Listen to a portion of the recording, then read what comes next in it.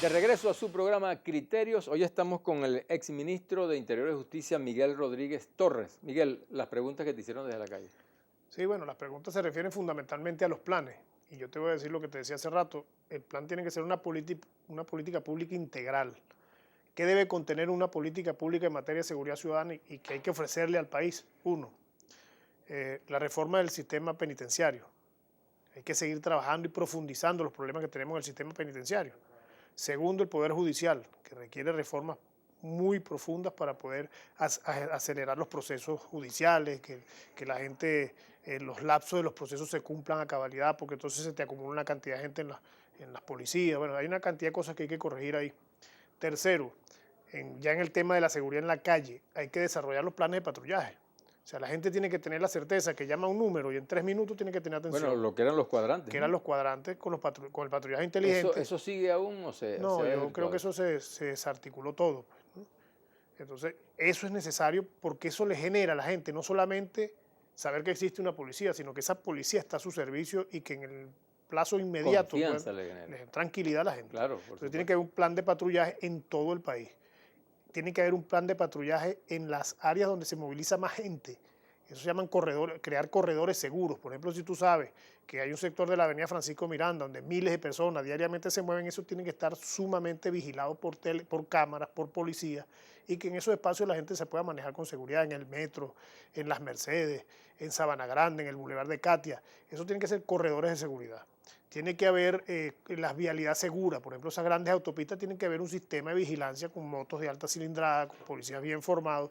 Entonces, todo ese sistema de patrullaje integrado, un sistema de televigilancia, le genera la sensación a la gente de que si yo llamo un número tengo inmediata atención y puedo prevenir que ocurra un evento Miguel, hay algo violento. que le preocupa muchísimo a las personas, pues en general, que es el secuestro, ¿no? Que es una cosa Ujú. infame, ¿no? Terrible.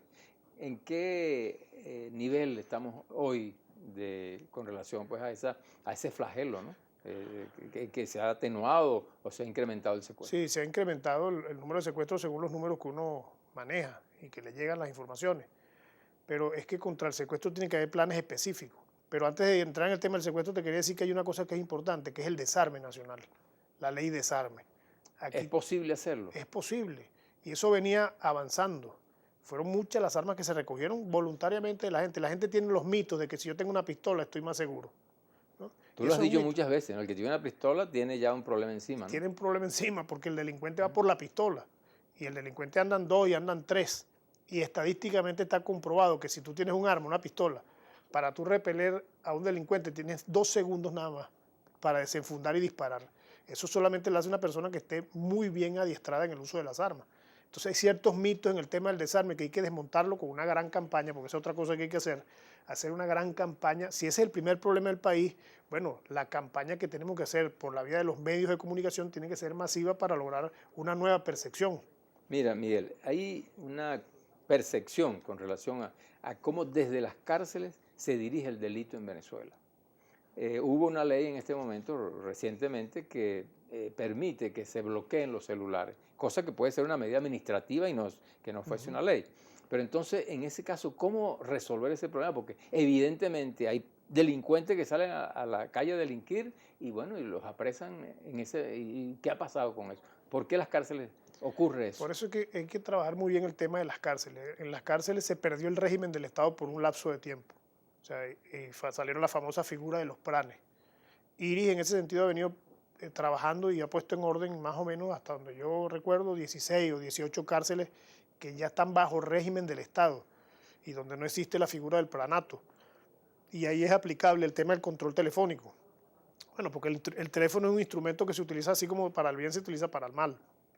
Y así como el teléfono te permite organizarte en tu empresa, también permite que 5 delincuentes que antes actuaban individualmente ahora lo hacen como una banda organizada, simplemente por la comunicación de la que disponen. Entonces yo sí creo que ese decreto puede hacer un buen efecto y que hay que seguir trabajando el tema de las cárceles para meterlas todas bajo régimen. Ahí tiene que haber régimen del Estado. El ciudadano que está detenido, está privado de su libertad, tiene que estar bajo régimen del Sí, Estado. e incluso desde las cárceles se dirigen secuestros, Sí, se sí, dirigen sí. extorsiones. En fin, entonces, ¿qué hacer con Yo he eso? conocido casos inclusive de que secuestran a la persona y la meten dentro de la cárcel.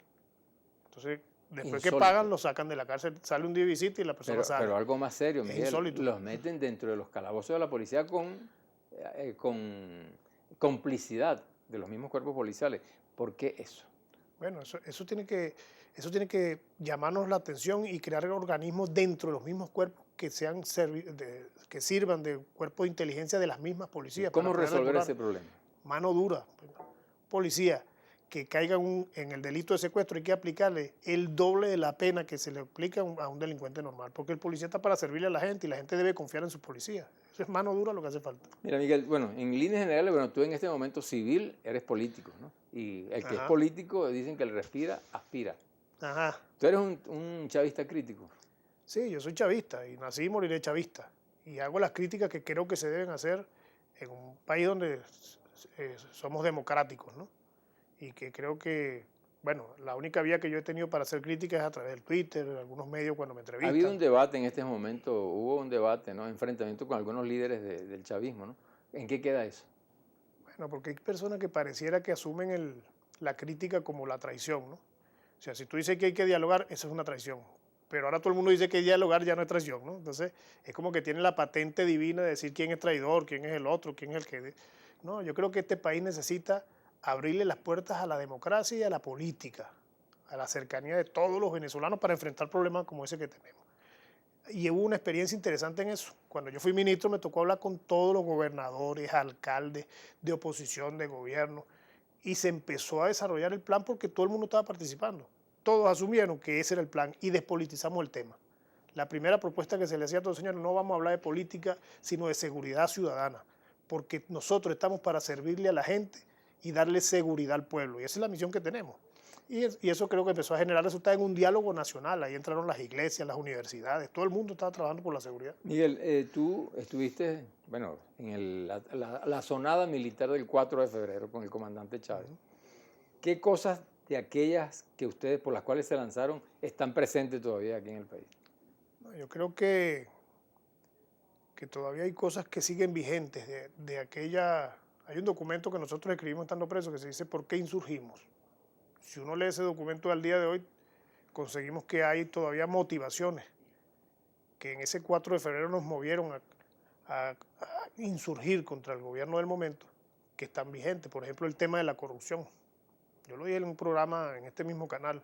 ¿Por qué no agarramos esa lista que está ahí de Cadivi y la presentamos al país y aperturamos una investigación y que caiga el que tenga que caer en esa lista? Porque ahí se pueden recuperar inclusive capitales que son necesarios para la crisis que estamos viviendo hoy. Entonces, ese es un tema donde yo creo que hay que afinar políticas públicas para de verdad golpear con mucha fuerza el tema de la corrupción. Esa es una. Claro. Hay otro tema en el ambiente que tenemos que tratar, el referéndum revocatorio. ¿Qué es para ti eso? Ese es un derecho de la Constitución y es parte del legado del comandante Chávez. El comandante Chávez le aplicaron el referéndum revocatorio y triunfó. Pues, ¿no? Él asumió eso como un gran reto, pues, la famosa campaña Santa Inés, y triunfó. Yo creo que eso no hay que tenerle miedo. Lo que pasa es que yo siento es que sin duda alguna el chavismo ha mermado por las mismas condiciones objetivas que estamos viviendo. Y eso, bueno, pero yo creo que eso hay que enfrentarlo como un derecho del pueblo, simplemente. ¿Le conviene al chavismo ahorita el referéndum? Yo creo que al país no le conviene ahorita un referéndum. ¿No le conviene o sí? No le conviene. Okay. Vamos a ver escenarios, por ejemplo. Hay un referéndum y gana la oposición el referéndum. Y hay una elección y gana la oposición. Supongamos ese escenario, porque pueden haber varios. O sea, hay que pensar, ¿verdad?, fríamente qué pasaría con un gobierno de oposición en 2 años. Gobernando con el chavismo en la oposición. Y con el nivel de expectativa que tiene la gente. Con la expectativa que la gente cree que se van a resolver las cosas inmediato. Y con todo un entramado institucional que está dirigido por cuadros del chavismo. Desde embajadores, los cónsules, directores generales, todas las instituciones dirigidas. Desmontar el Estado. O sea, eso se te van 2 o 3 años, si es desde oposición. Pues, ¿no? Entonces, imagínate los niveles de ingobernabilidad que llegaría el país en una situación como esa. Yo creo que la solución está en buscar el consenso nacional. El consenso nacional y la suma de todos los esfuerzos del país. ¿Tú crees en el diálogo? Claro, mucho. Sí creo. Esa es la política, pues. Y el que le cierra la puerta a la política se las abre a la violencia, sin duda alguna. Bueno, una última pregunta. En la diatriba que hay, Asamblea Nacional, TCJ, brevemente. Yo creo que hay que empezar por dar señales de respeto a la institucionalidad. hay que fortalecer la institucionalidad. No puede ser que todo lo que la Asamblea haga es malo, ni todo lo que diga es inconstitucional. Yo creo que hay que ir a la racionalidad de las cosas y al equilibrio. Una reflexión final al país. Bueno, yo creo que Venezuela tiene que enrumbarse hacia el diálogo, hacia la búsqueda de la concertación nacional para enfrentar dos grandes crisis o dos grandes problemas dentro de la crisis que tenemos, que es la económica y la de seguridad ciudadana. Y para eso se necesita la participación de todos los venezolanos. Muchísimas gracias, Miguel. Gracias a ti, hermano. Gracias por haber aceptado la invitación. Ya regresamos.